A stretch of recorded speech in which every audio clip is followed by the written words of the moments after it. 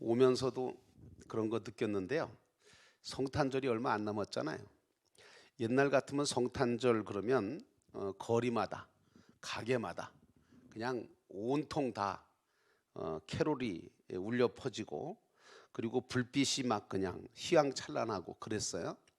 근데 요즘 이제 시대가 또 우리나라 또 상황이 그렇고 세계적인 추세 자체가 그런지는 몰라도 어쨌든 많은 그런 기쁨을 표출하는, 또 즐거움을 표출하는 그러한 표현들이 성탄절의 기쁨을 또 즐거움을 나타내는 그런 것들이 참 이게 많이 줄어들었구나 하는 느낌이 많이 들어요.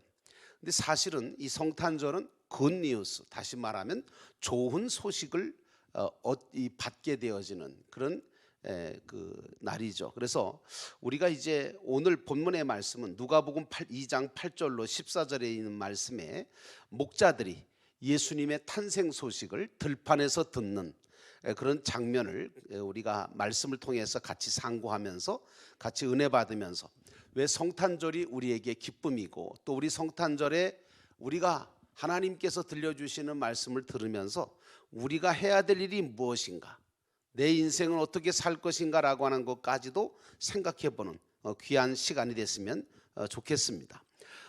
이 성탄에 대한 말씀은 마태복음에 나오고 그 다음에 누가복음에 나와요. 그래서 요한복음이라든가 뭐 이런 데는 사실은 그렇게 자세히 나오질 않는데 마태복음하고 누가복음에 많이 나옵니다. 근데 누가복음은 특별히 예수님의 탄생을 축하하는 자들이 마태복음하고는 조금 달라요.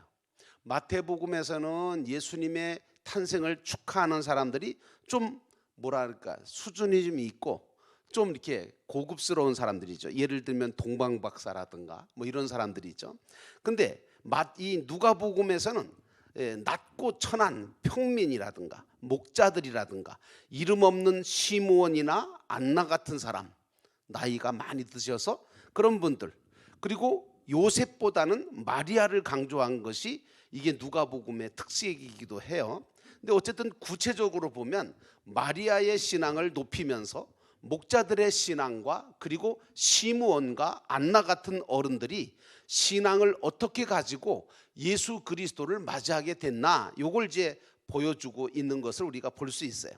근데 예수님은 아주 작은 동네, 그 베들레헴이라고 하는 동네가 사실은 굉장히 촌동네입니다.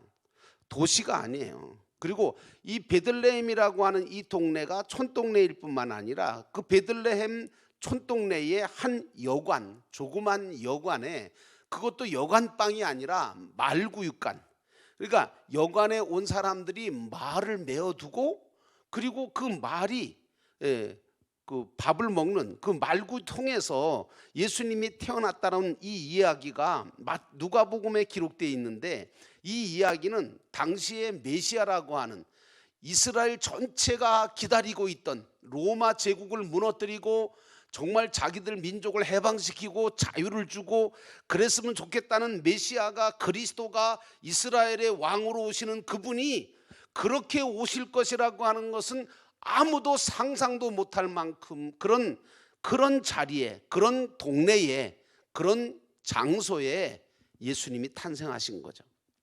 그러니까 당시에 많은 사람들이 이제 한꺼번에 아시는 것처럼 호적을 하러 오잖아요. 그래서 이제 로마의 그 총독이 그 호적을 하라고 그럽니다. 그 이제 호적하라고 하는 이유는 뭐냐면 사실 정치적인 목적이 있고, 그 다음에 경제적으로도 좀 세금을 많이 걷어보겠다라고 하는 그런 속셈이 있어서 이게 호적을 하라고, 이제 그러니까 모든 사람들이, 흩어졌던 타향살이 하던 사람들이 전부 다 이제 고향을 찾아서 다 오게 되는 거죠. 그래서 고향을 찾아서 오다 보니까 평소에는 텅텅 비어있던 여관집이, 베들레헴 여관집이 그날 따라서 장날이죠. 대박, 그야말로 대목이죠. 그죠? 여관집 주인으로 볼 때는 대목인 거예요. 왜냐하면 평소에는 뭐 빈방이 그냥 남아 돌아갔는데, 그렇잖아요. 우리나라도 뭐 펜션 같은데 이렇게 보면 시즌이거나 무슨 어떤 그런 그 뭐 한 시즌이 되면 그러면 아주 그냥 막 평소에는 비어 있다가도 굉장히 비싼 가격으로 그 방을 빌려주고, 그래서 또 이제 한철 먹고 살잖아요, 한철로. 그런데 여러분, 마찬가지인 거예요. 그래서 우리가 이제 그 유명한 그런 그 뭐라 그럴까요? 그 연극이 있는데, 그게 뭐냐면 빈방이 있습니까라고 하는 연극이 나왔어요. 한참 이제 그 연극이 굉장히 인기가 있었는데, 그 빈방이 있습니까라고 하는 그 얘기가 뭐냐면 그런 거예요. 바로 이 베들레헴에서 예수님이 태어났을 때에 빈방이 그 여관 그 집 주인이 빈방이 있어도 예수님께 드릴 방은 없었던 거예요. 왜냐? 돈 벌어야 되니까. 그래서 여러분, 이제 여관집 주인이야말로 그날이 장날이죠. 대목이었죠. 그래서 빈방이 있더라도 아마도 요셉과 마리아한테 그 빈방을 내어줄 수가 없었을 거예요. 왜냐하면 형색이 그렇고, 그리고 정말 돈이 많아서 뭐 그런 것도 아닐 거고, 그러니까 예수님께 드릴 방이 없었던 거죠. 우리들도 마찬가지예요. 저는 그런 생각이 들어요. 과연 우리들의 마음 속에 정말 이런저런 일로 분주하거나 이런저런 일로 바빠서 예수님을 모실 만한 그런 방이, 여유가 우리 마음 속에도 없지 않을까, 이제 그런 생각도 좀 들어요. 그런데 어쨌든 간에 이제 오늘 이렇게 이 베들레헴이라고 하는 이 동네에 갑자기 많은 사람들이 호적하러 오고, 그리고 여관방이 막 그냥 북적거리고 그러면서 거기에 이제 요셉과 마리아도 똑같이 호적을 하러 오긴 왔는데 아기를 낳을 때가 된 거잖아요. 그래서 아기를 낳을 장소를 찾다가 못 찾아서 결국에는 여관방 주인한테 부탁을 했겠죠. 그래서 결국은 여관방에 그 말구육간에, 그것도 그 말이 먹이 먹는 먹이통에 아기 예수를 낳고 거기다가 뉘인 거 아니겠습니까? 자, 어쨌든 간에 목자들도 또 마찬가지예요. 목자들도 시몬과 안나도 메시아가 오신다고 하긴 했지만, 시골 목수 요셉과 마리아에게서 태어난 그 아기가 구세주다, 그리스도다, 메시아다라고 하는 것을 어떻게 그렇게 알아볼 수 있었을까? 사실은 그렇게 알아볼 수가 없었을 수도 있다. 잘못하면 놓쳐버릴 수도 있겠다. 알아보지 못하고 그분을 모시지 못했을 거 아니겠는가? 오늘 우리도 마찬가지다. 예수님께서 이 땅에서 십자가에 돌아가시고 난 다음에 사흘 만에 부활하시고 승천하시면서 내가 다시 오겠다고 약속을 해주셨어요. 다시 말하면 재림하시겠다는 거죠. 근데 주님의 재림이 점점 늦어지고 있거든요. 이제 조금 더 있다가 오시지 않겠는가 해서 신앙이 느슨해지고, 어떻게 보면 사기꾼 같은, 어떻게 보면 이단 같은 그런 사람들이 예수님이 몇 월 며칠 날 몇 시에 온다 이렇게 사기를 치는 바람에 몇 번 그게 이렇게 센세이션을 일으키고 사회적인 문제가 일어나고 한국에 그런 문제가 일어나다 보니까 한국교회 성도들도 마찬가지고 모든 세상 사람들이 어떻게 생각하냐면, 에이, 그럼 예수님이 이제 다시는 오지 않을 것 같아, 이렇게 생각을 한다 그러니. 여러분, 우리들도 마찬가지잖아요. 신앙생활 하면서도 무슨 신앙이 없냐면 재림 신앙이 없어요. 예수님께서 이 땅에 다시 오신다, 그리고 나는 분명히 주님 앞에 들림받게 되는 휴거될 사람들이다, 주님 앞에 부활의 영광으로 서야 될 자다, 그런 의식들이 점점 사라지고 있는 게 사실이잖아요. 목사인 저도 마찬가지인데, 그래서 늘 제 마음속에 다 잡고 또 잡고 있습니다만은, 그러나 이게 쉽지가 않아요. 어쨌든 간에 오늘 이렇게 주님이 재림하시는 것조차도 사실은 조금 더 있다가 오시지 않겠는가, 오실 것 같다가 어떤 사람은 막 몇 월 며칠 몇 시에 온다고 그러더니 이게 또 빵꾸가 나니까 몇 번 그러다 보니까 이제는 오실까, 이제 이런 생각이 드는 것처럼 사모함이 덜해지고 있는 것도 사실이잖아요. 이 성탄절을 맞이해서 우리가 목자들처럼 자신이 맡은 양떼들을 잘 치면서 다시 오시마 약속하신 그 주님을 기다리는 신앙, 이 신앙을 가져야 될 텐데 이 신앙이 흐트러지면 안 된다 그래요. 동방박사들의 신앙도 여러분 대단하죠. 여러분 제가 지난주에도 말씀드렸는데 동방박사들이 그렇게 2800km나 되는 그 페르시아 제국에서부터 별만 보고 밤에만 달려서 사막 그 먼 길을 거기서 별을 따라서 아기 예수를 찾아왔다는 건 대단한 일이죠. 동방박사들의 신앙 대단합니다. 근데 사실요, 오늘 본문 누가복음에 나오는 목자들의 신앙도 우리가 놓치지 않아야 될 아주 정말 그에 못지않은 신앙이라고 저는 생각합니다. 왜냐하면 이 목자들은요, 졸지도 않고 자지도 않고 양떼를 지키고 있다가 상상도 못할 하나님의 하늘의 음성을 듣게 되거든요. 하늘의 음성이 목자들에만 들릴 수 있었던 장소에서 전파되어졌던 거죠. 들판에서 양을 치다가, 그죠? 깨어 있다가. 근데 여러분, 왜 이런 음성이 예루살렘 성전 안에는 안 들렸을까? 수많은 종교 지도자들이 거기 있었거든요. 거기 사실 많은 사람들이 있었잖아요. 메시아를 기다리는 사람들이 거기 더 많이 있었거든요. 근데 왜 들판에 있는 목자들만 그 소리를 들었을까? 하필 들에 양을 치는 목자들에게만 이런 음성이 들렸겠느냐? 어떤 학자가 그렇게 말하더라고요. 그 소리가 들리긴 다 들렸을 거라는 거예요. 예루살렘 성전에도 들렸을 거라. 안 들렸을 리가 없다는 거예요. 그런데 예루살렘 성전에는 이 음성이 들렸어도 아마도 듣지 못했을 거다. 왜냐? 시끄러워서.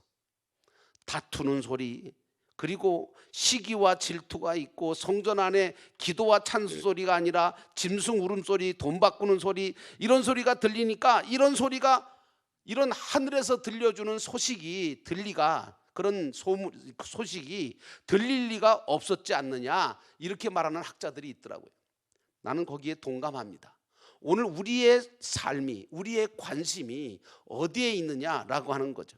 세상의 물질의 탐욕에 너무 빠져 있으면 주님이 들려주시는 소리를 들을 수가 없어요. 그래서 여러분, 오늘 우리는 하나님의 음성을 듣는데 민감해질 필요가 있습니다. 목자라고 하는 거, 한번 오늘 본문의 말씀에서 우리가 찾아서 제일 생각해 봐야 될 말이 뭐냐면 목자입니다.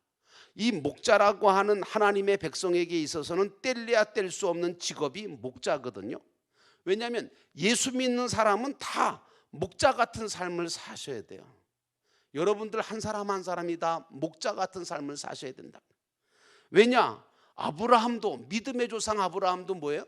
목자였어요. 이삭도, 그 아들 이삭도 목자였고요. 야곱도 목자였고요. 요셉도 목자였어요. 그리고 여러분 아시는 이스라엘의 초대왕 다윗 왕도 목자였다니까요. 다 목자였어요. 그리고 이스라엘이 애굽에 다 옮겨가잖아요. 요셉이 총리 있을 때 애굽의 고센 땅으로 다 이주해 갔을 때 거기 가서 뭐 했어요? 다른 거 안 했어요. 거기서 짐승들을, 양을 길렀다니까요. 소와 양을 기르면서 목자의 삶을 살았던 것이 이스라엘 백성들이에요. 그러니까 우리가 육적으로, 물론 뭐 세상적으로 목자를 해야 된다, 양을 길러야 된다, 그런 말은 아닌데, 우리가 신앙적으로, 영적으로 볼 때 다 우리는 목자의 성품을 가지고 살아야 된다, 목자의 사명을 가지고 살아야 된다, 그 말입니다.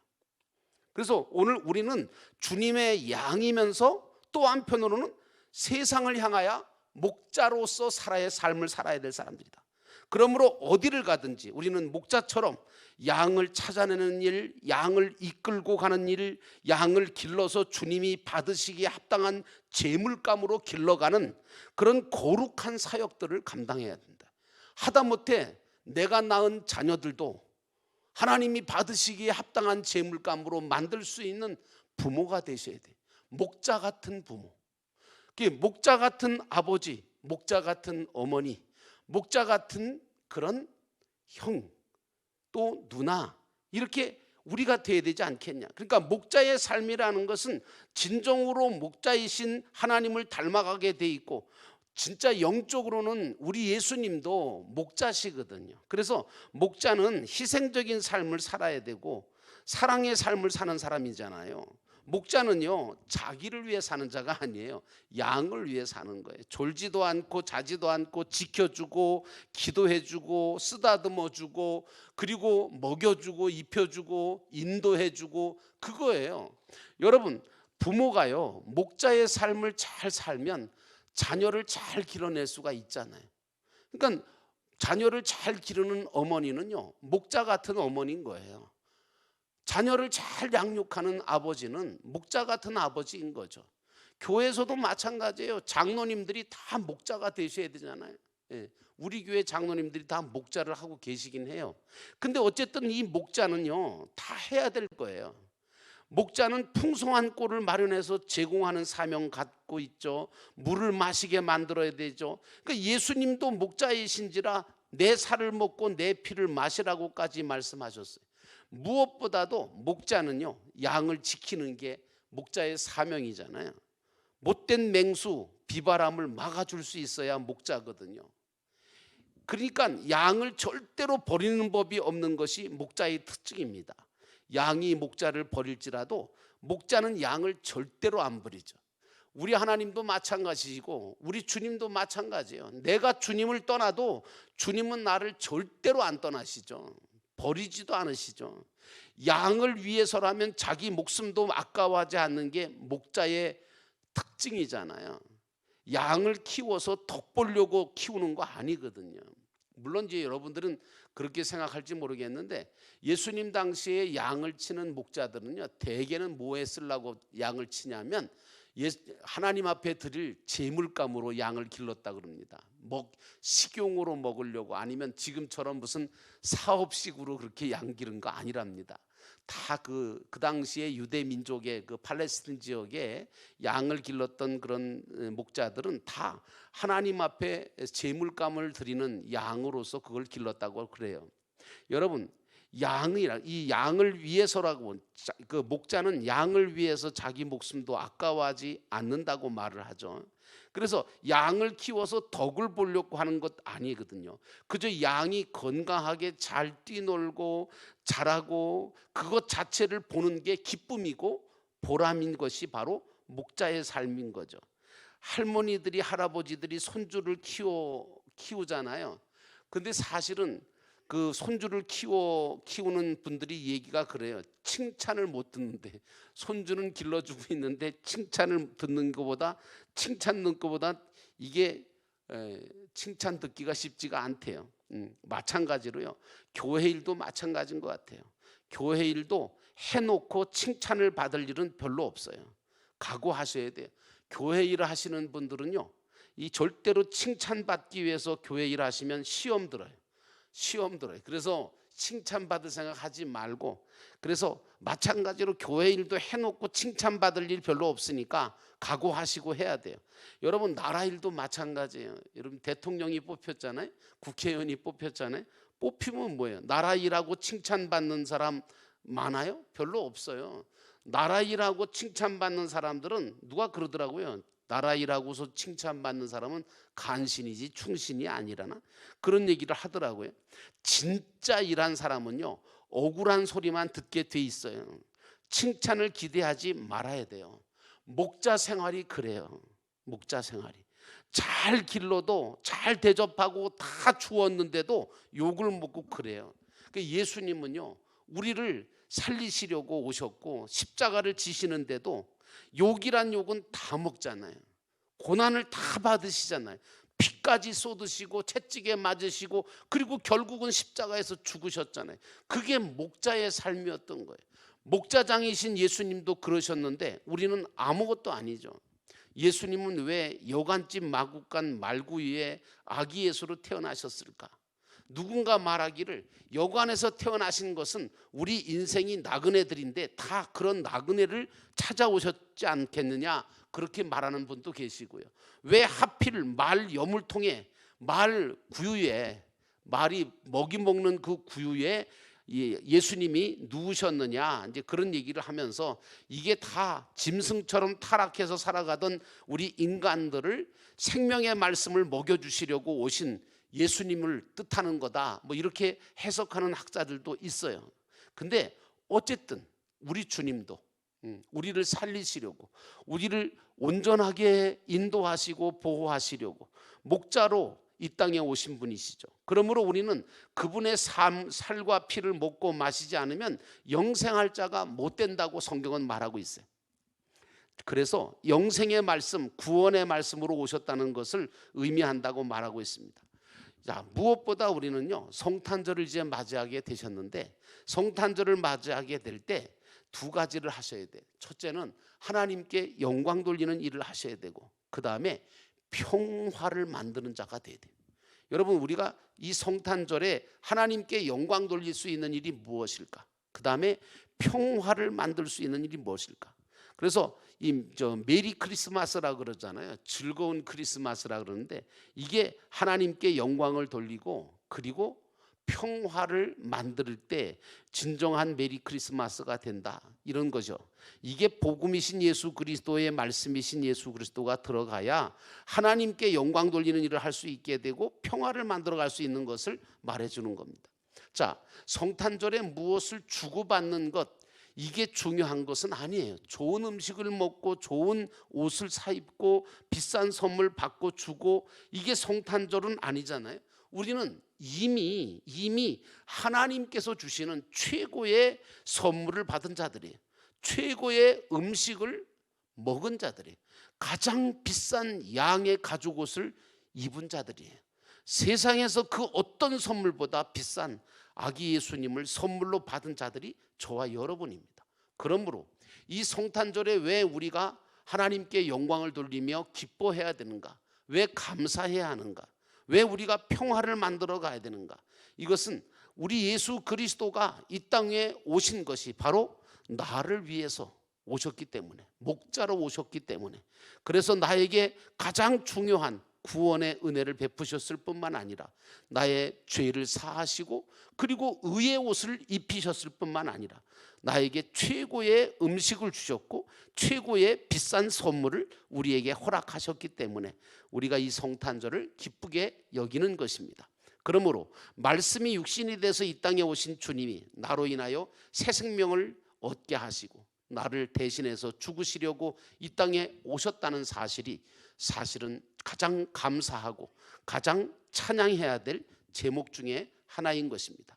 그러므로 여러분, 오늘 우리들은 이 목자의 사명을 감당할 수 있는, 오늘 예수 그리스도의 오시는 그 소식을 들판에서 들었던 목자, 예루살렘 성전 안에 있던 사람들은 듣지도 못했던 그 소식을 들판에 있던 양치는 목자들은 들었어요. 어떻게 들었을까? 자신이 해야 할 사명을 잘 묵묵히 감당하고 있는 그 목자들이 들었던 거예요. 오늘 우리도 마찬가지예요. 우리가 성탄절에 또 우리가 일단 살아가는 동안에 우리가 하고 있는 일들이 최선을 다하여 하나님께서 맡기신 사명 감당하고 있으면 우리 주님께서 우리에게 가장 좋은 것들로 들려주시고 또 허락하시는 것입니다.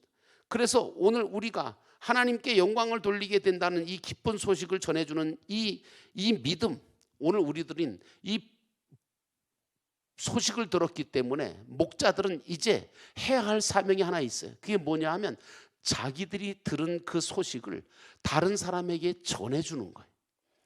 양들에게 전해주는 거예요. 오늘 저와 여러분들은 목자의 사명을 감당한다고 하는 게 뭐냐 하면 이제 그 많은 사람들에게, 양떼들에게 예수 그리스도가 오셔서 우리를 구원하셨다고 하는 이 놀라운 복음의 소식을, 주 예수를 믿으라 그리하면 너와 내 집이 구원을 얻을 것이다, 그리고 너희들에게 평화가 넘치게 될 것이다, 하나님께 영광을 돌리게 될 것이다 라고 하는 이 복음의 메시지를 전해주는 목자가 되셔야 됩니다. 그리고 여러분들을 통해서 하나님께서 기뻐하시는 이 기쁜 소식이, 이 메시아에 대한 복음이신 예수 그리스도가 이 땅에 오셨다는, 우리를 위해서 오셨다는 이 소식이 많은 사람들에게, 많은 양떼들에게 또 전해지게 되어지고, 그러므로 말미암아 잃어버린 양들이 주님 앞에 돌아오는 역사가 여러분들을 통해서 일어나기를 주의 이름으로 축원합니다.